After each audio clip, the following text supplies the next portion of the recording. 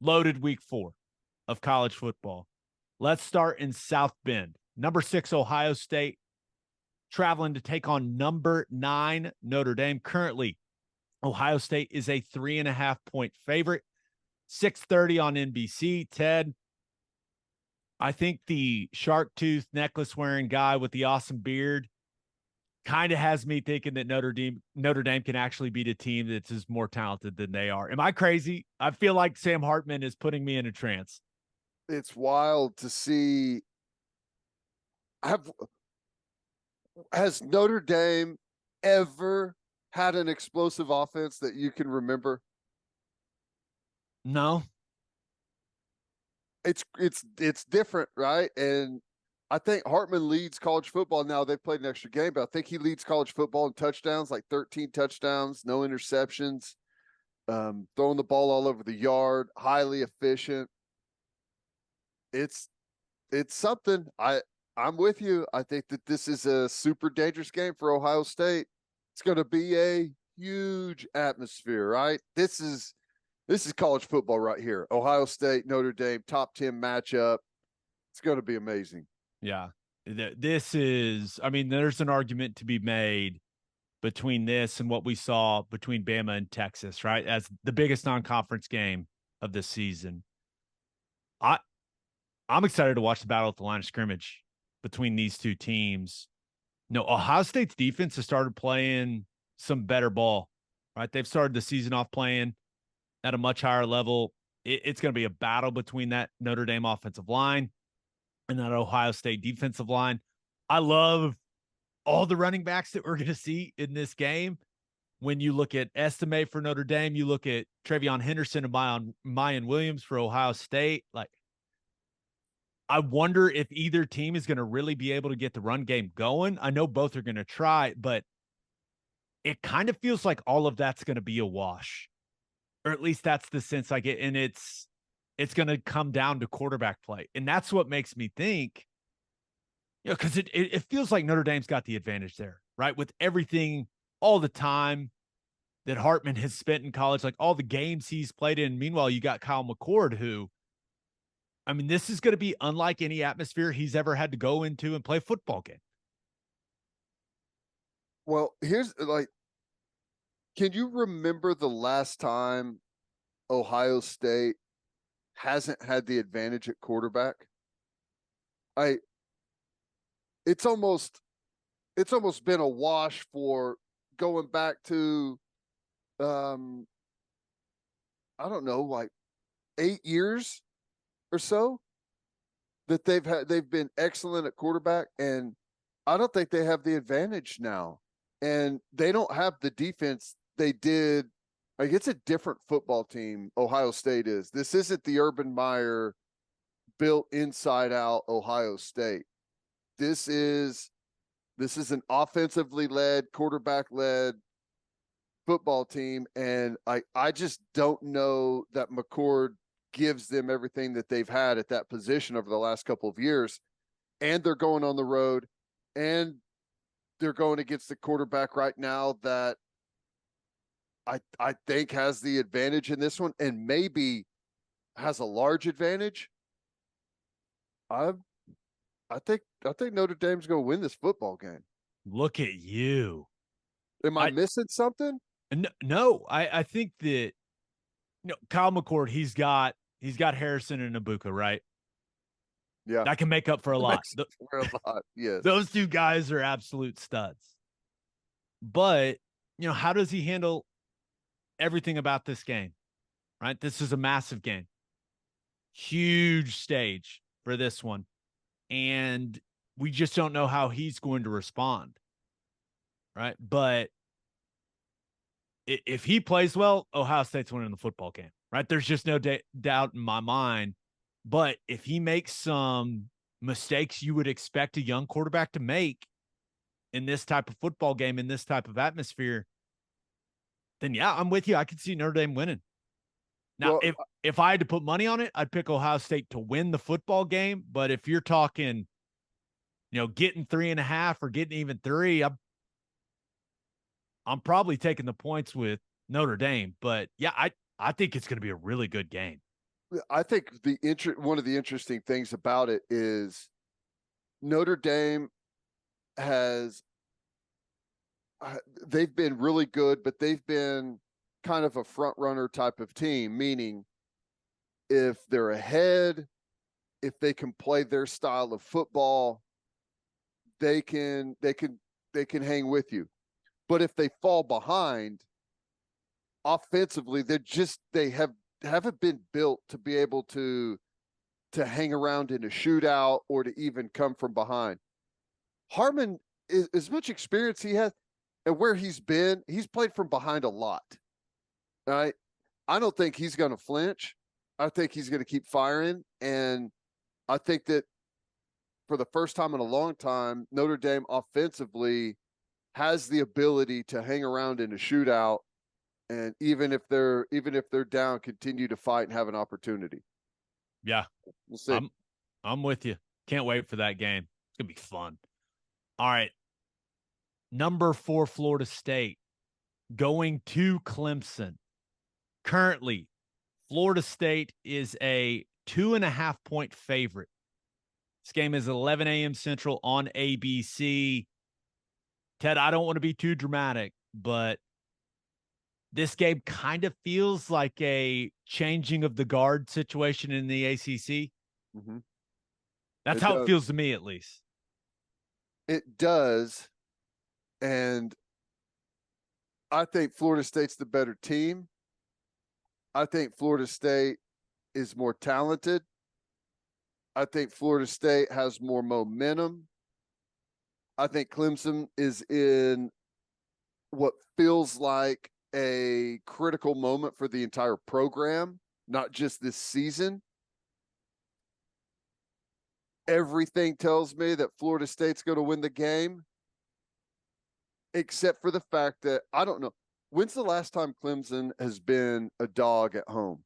It's got to be close to a decade. Oh, yeah, I don't know, but it's been a long, long time. I don't know where the game was in 2013 when FSU won the championship, but like that's probably the last time that Florida State has been a favorite going into their house. And I don't know, man. Everything is telling me Florida State, which makes me feel like Clemson is going to find a way in this one because they're at home. But I think it's Florida State's game to lose.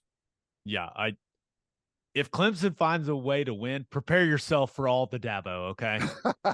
I mean, just prepare yourself, ladies and gentlemen, because there will be, no matter how this game goes, there's going to be a lot of transfer portal discourse after this one, right? When you think about what Clemson has done, what Dabo's philosophy on that whole situation has been, and then just some of these studs that Florida State has gotten via the portal. But I look at, some people were alarmed by Florida State's, close win over Boston College last week, right? And they got us scared. There's no doubt in multiple ways, right? Boston College almost came back and beat them. And Jordan Travis went down with that non-throwing shoulder. Now, Mike Norvell on Monday said the non-throwing shoulder, it's not a concern moving forward. I'm going to take him at his word for that. I don't think Clemson has enough firepower offensively to hang with Jordan Travis and the weapons he's got. Right? The Florida State's defense, they look great. They have not blown me away with the way that they have played. But I also don't have any faith in Clemson's offensive line to dominate the football game. Like I just don't. So it kind of comes down to, do I trust Cade Klubnik to play really well and be the difference in this football game for Clemson? Not really. Not really. So I think Florida State's the better team. I'm with you. I think they're the more talented team. I think they're going to go into Clemson and win the football game. That's where I'm at. Yeah. That's how I would pick it. And that's what my only hesitation is, that everything in the world says Florida State here. And it doesn't say Florida State goes in there and just stomps them and runs them off the field. Although that I could see that scenario taking place. I think they do kind of have a really big edge at a bunch of spots, but it's home environment is huge, especially there. So at a minimum, I think that environment and just kind of all of the attention for the game is going to have Clemson playing their best ball, and they're going to be fighting down the stretch. But I don't know. If I had to pick it one way or the other, I'd pick Florida State. I just got an uneasy feeling about it. Looks too easy. Yeah, better quarterback, better wide receivers, best defensive players on Florida State's team. Way more star power just across the board. Yeah. Everything points to Florida State. Clemson by 2 touchdowns. No, I think the Noles are going to get it done. All right. I'm going to give you options here. It is a big weekend in the Pac-12. Loaded. We got 3 good ones. You've got number 19 Colorado at number 10 Oregon. You've got number 22 UCLA at number 11 Utah. And you've got number 14 Oregon State at number 21 Washington State. Of the 3-pack of the Pac-12 games, which one has you interested the most? Colorado and Oregon. Although I'm the same, man. I'm the same. I want to see it. Football game's probably Oregon State, Washington State, though. If you have not watched either of those teams, and that game will be at 6 really good, man. On Big Fox, I have labeled this one the "Why Don't You Love Us" Bowl. Fun quarterback matchup between DJ Uiagalelei and Cam Ward. Cam Ward for Washington State is fun to watch, man. But also, Oregon State's defense, it's legit, man. I mean, it's legit. Their defensive line is legit. So that's going to be a fun matchup between that Oregon State defense and that Washington State offense. Yeah. That game, they probably are mad that they have to play it because those two are like against everyone else right now and on a war path. And I think they're going to do some damage, both teams. But I think that one's going to be fun. But what's interesting about Colorado and Oregon is Dan Lanning said way more about Colorado than what we saw last week. And I haven't hardly seen anything about that, When they announced that Colorado was leaving for the Big 12, he's like, what have they won? I mean, who cares? Who cares about yeah. So I thought that was going to be flashed all over the place this week, and Deion was going to be asked about it, and I'm sure he has, but I haven't seen the headlines on it. Not that they're not out there, but this one is interesting because they're not going to beat Oregon just by going in and winging it.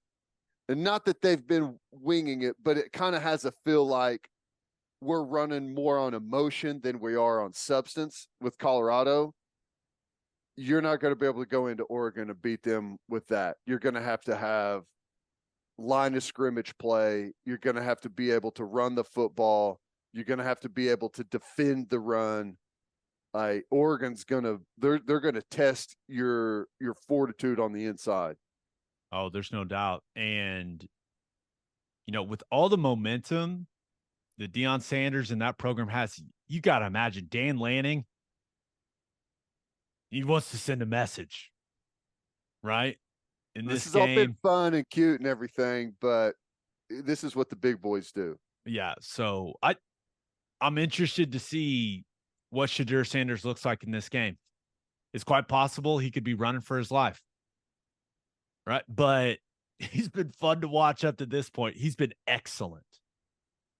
So way better than I expected. And I expected him to be good. But his numbers, statistically, you've got you got Caleb Williams, Shedeur Sanders, Dylan Gabriel, Penix, those guys are all right there, and the numbers are crazy. With the weapons around him, right? And he's got some good weapons, but with their shortcomings along the offensive line, with kind of the microscope he's been playing under, I think the argument can be made he's been the best quarterback in the country. Probably so. Which is awesome. But Colorado's defense, they struggled with Colorado State's wide receivers. Oregon's got some guys that have juice, man. Can absolutely fly. Bo Nix is a really, really good player. The dual threat portion of what he can do, I don't know. A big part of me thinks that this is where kind of reality sets in for Colorado. But they've also made me look like an idiot multiple times already this season. So I'm like, maybe they play Oregon to the wire in Autzen. I don't know. I got no clue, man. But I know this. I want to watch it. 2:30 on ABC. I want to watch it real bad. Oregon's a big favorite. 21. Big favorite. It's a big number, Ted. That's a big number. But here's the thing, like the reality of the situation is Oregon is probably better personnel wise at almost every position. And at quarterback, I'll give the edge to Colorado, but it ain't by much. It's not like Oregon's quarterback's a bum. Like he had an incredible year a year ago. So, and they're on the road. This has to be where the whole show comes to an end. And it's going to be just as fun to watch and see how they react to a loss if it happens as everything else has been, right? I mean, yeah. It's a circus. Can't miss. What happens if they go and win? It doesn't feel like a realistic possibility right now. But we've seen crazier stuff in college football, right? I mean, we've seen really weird things happen over the years in college football. What happens if they go and win? If they go win,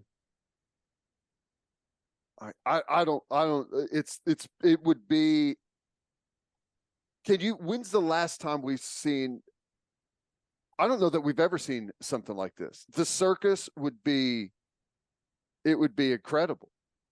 And I know a lot of people are already getting a little bit of Colorado fatigue. Not that they have anything against Dion or how they're running things. It's just been a lot, It's like, if you're not very interested in it, it's a tough thing to deal with because it's thrown in your face nonstop. But it'd be the biggest circus we've ever seen in college football. What happens if they go and win? I don't think it's going to happen. I think Oregon wins the football game. But even if they go and they make it really interesting, like it's a game in the fourth quarter, I mean, Colorado's already won, right? They've already exceeded everybody's expectations. Like the rest of the season is just gravy for Coach Prime and those players. But yeah, man, I don't know. I won't be shocked if they go and it's a game in the fourth quarter. I've doubted them up to this point. They proved me wrong every single time. So who knows what's going to happen? Who knows? Yeah, who knows? That would be insane. And I'd like that, frankly. I've got no attachment. Football. Yeah, I got no attachment to Oregon, and I'm all for let's have the most entertaining type of season we can. I'm with you. One note on the UCLA Utah game. If you like physical football, that game is for you. I don't know if Cam Rising's going to play. Sounds like it's Nate Johnson, the dual threat youngster for Utah. If Rising can't go, UCLA is playing Dante Moore, who's just an outstanding freshman. It's going to be a physical football game. Should be a good one. UCLA, of all the great Pac-12 teams, and it feels like every single team in the conference this year is really good, UCLA is like the team that's flying under the radar and really getting no love right now. So that conference is crazy. Yeah, just the way that Chip Kelly wants it. Just a reminder, loaded Pac-12 slate this weekend. That conference is dying. It will be no more. dead. It will be no more at the end of the season. How we got there, I don't know. So there's a book to be written for sure.